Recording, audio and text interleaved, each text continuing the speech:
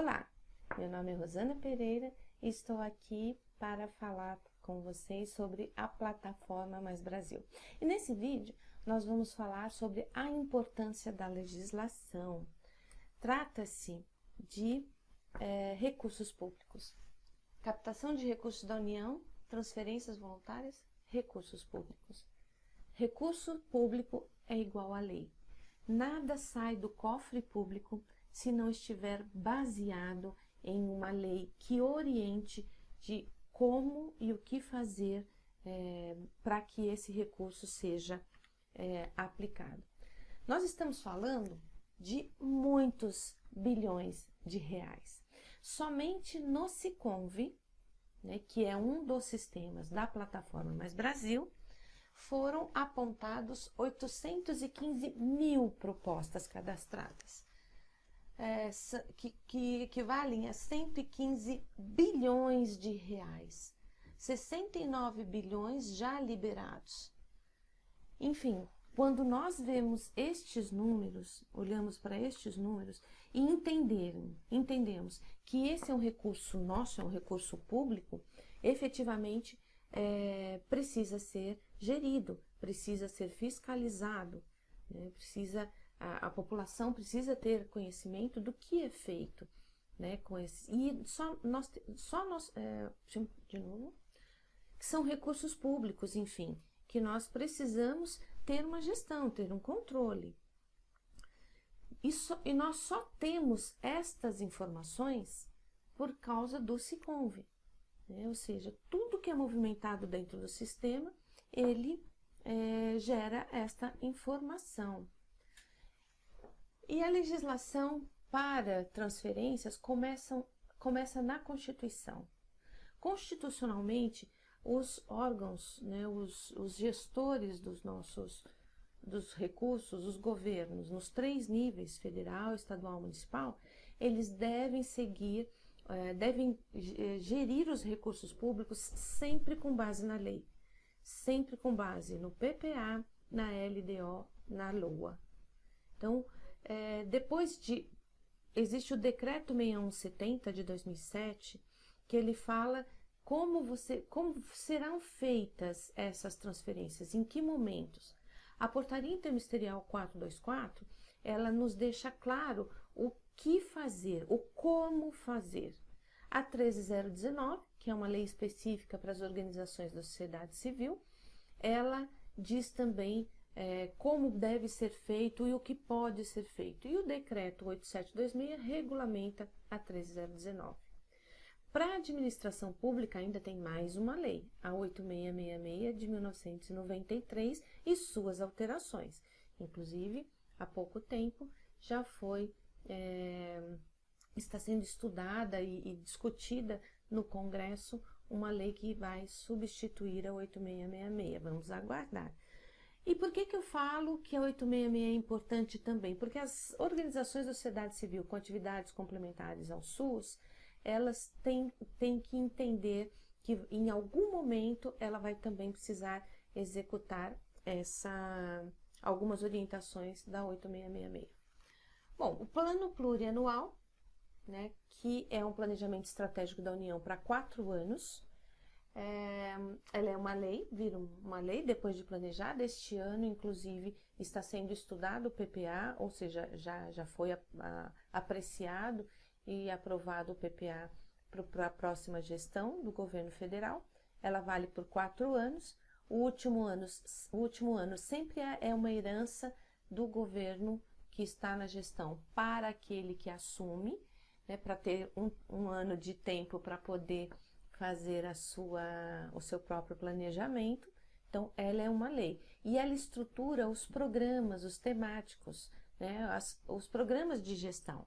Então, é extremamente importante. A segunda ferramenta orçamentária que os governos precisam seguir é a Lei de Diretriz Orçamentária, que também é um planejamento que vira uma lei, onde aborda as principais diretrizes e prioridades para o ano seguinte.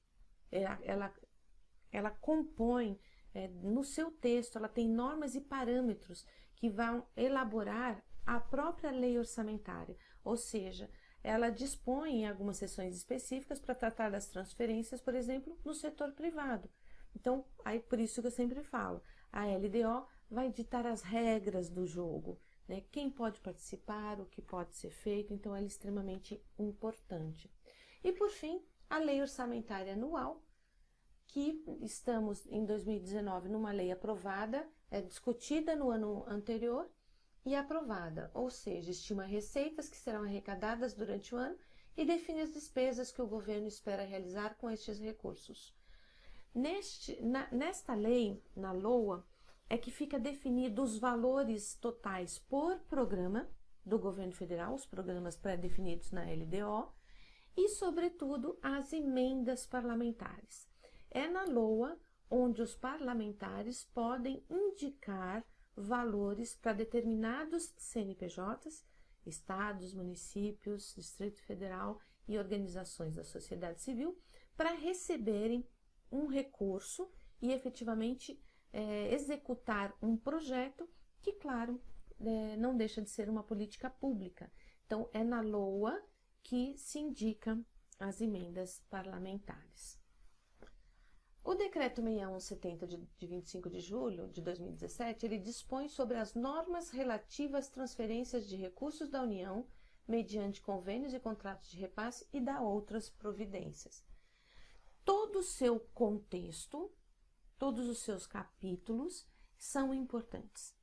Então, eu recomendo que todos leiam. Esta lei específica, este decreto específico, não é muito extenso, tá? Então, por exemplo, o capítulo 1 vai falar das disposições gerais, os programas, os projetos, as atividades de interesse recíproco da União com os seus proponentes, os seus convenentes. No capítulo 2, fala sobre as normas de celebração, acompanhamento e prestação de contas. No capítulo 3, fala do sistema de gestão de convênios e contratos de repasse, o próprio SICONV. O capítulo 4, da padronização dos objetos. O 5, das disposições finais e transitórias. Ou seja, ele é um decreto mais resumido do que pode ser feito. Agora, como ser feito é a Portaria Interministerial 424, de 30 de dezembro de 2016. Estabelece normas para execução do estabelecido no Decreto 6170, que dispõe sobre as normas relativas às transferências de recursos da União, mediante convênios e contratos de repasse, revoga a Portaria 507 e dá outras providências. Então, é importantíssimo, porque dentro dessa portaria você vai ter algumas orientações importantíssimas para você entender o próprio sistema, o próprio SICONV. O título 1 reforça conceitos e os termos utilizados. Dentro do título 1, o capítulo 1 fala sobre as definições de competências e responsabilidades. O capítulo 2, chamamento público. O 3, das vedações. Então, todas as regras sobre, por exemplo, sobre chamamento público, está nesse capítulo 2.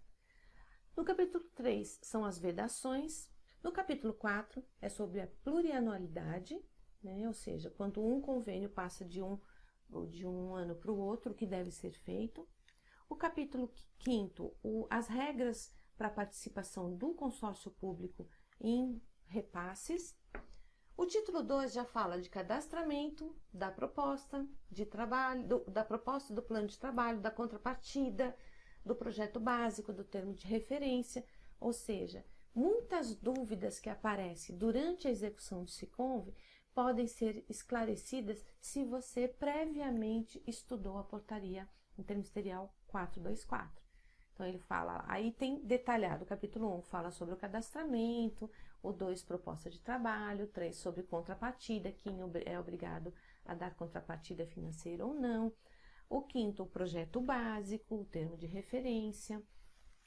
No título 3, fala sobre a celebração. Quais as condições para a celebração? No capítulo 2, formalização do instrumento. Quando esse instrumento vai ser formalizado? Quando ele é analisado, aprovado e assinado o termo?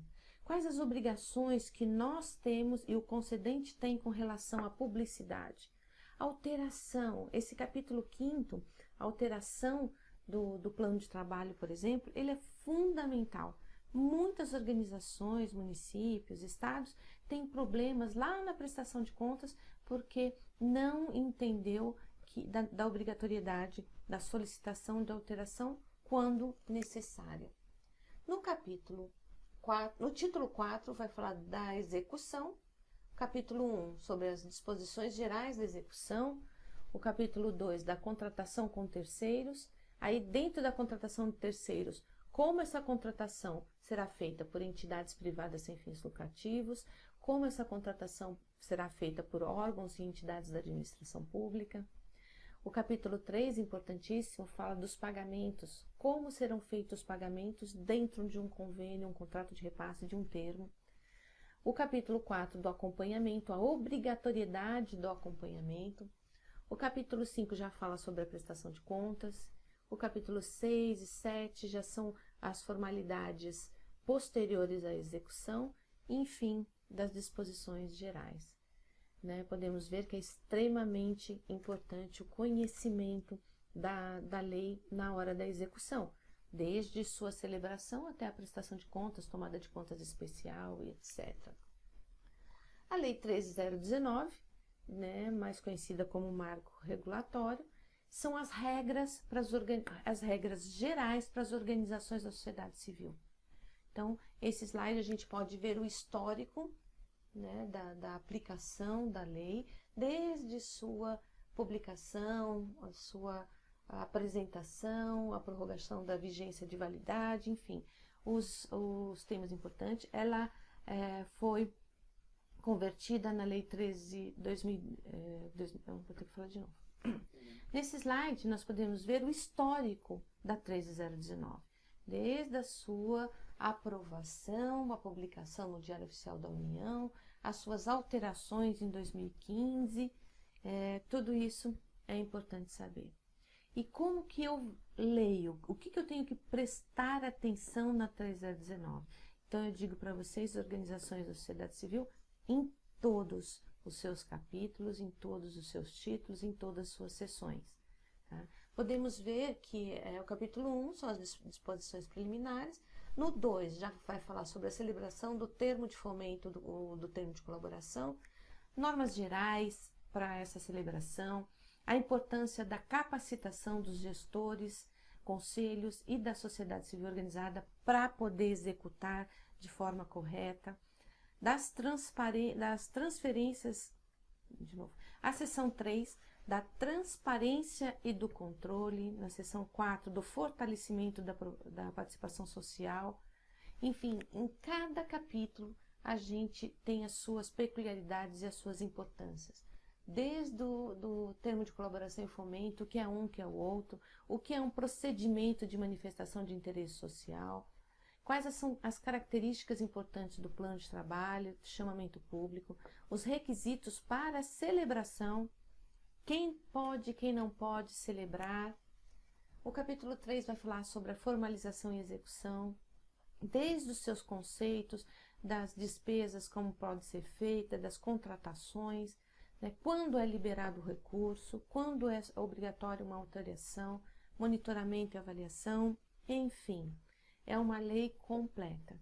Se você quer captar recursos federais, essa lei é fundamental. Lembrando que a 13.019, ela é importantíssima para as organizações da sociedade civil de uma forma mais ampla, de uma forma geral.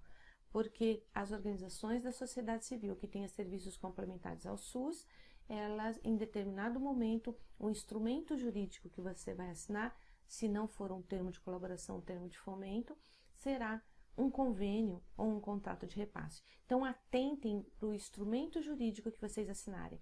Lá vai estar destacado qual a lei você vai ter que seguir. Ok? O decreto 8726, ele regulamenta a 13.019. Então, nos seus capítulos, vocês também podem perceber que vai falar sobre prestação de contas, responsabilidades, sanções, sobre as contratações, liberação, enfim, é nessa lei que você vai definir, vai ter claro para você o que você precisa fazer para seguir. Eu comecei essa apresentação falando que recursos públicos é lei, então vocês efetivamente precisam saber as leis. E por fim, a 8666, acompanhem as suas alterações, acompanhem no portal da Câmara, do Senado, o andamento da aprovação do que eles estão chamando de nova lei de licitações e fiquem atentos para a legislação. Então, por esse vídeo é só. Espero ter sensibilizado a importância de conhecer a lei. Conte comigo e até o próximo vídeo.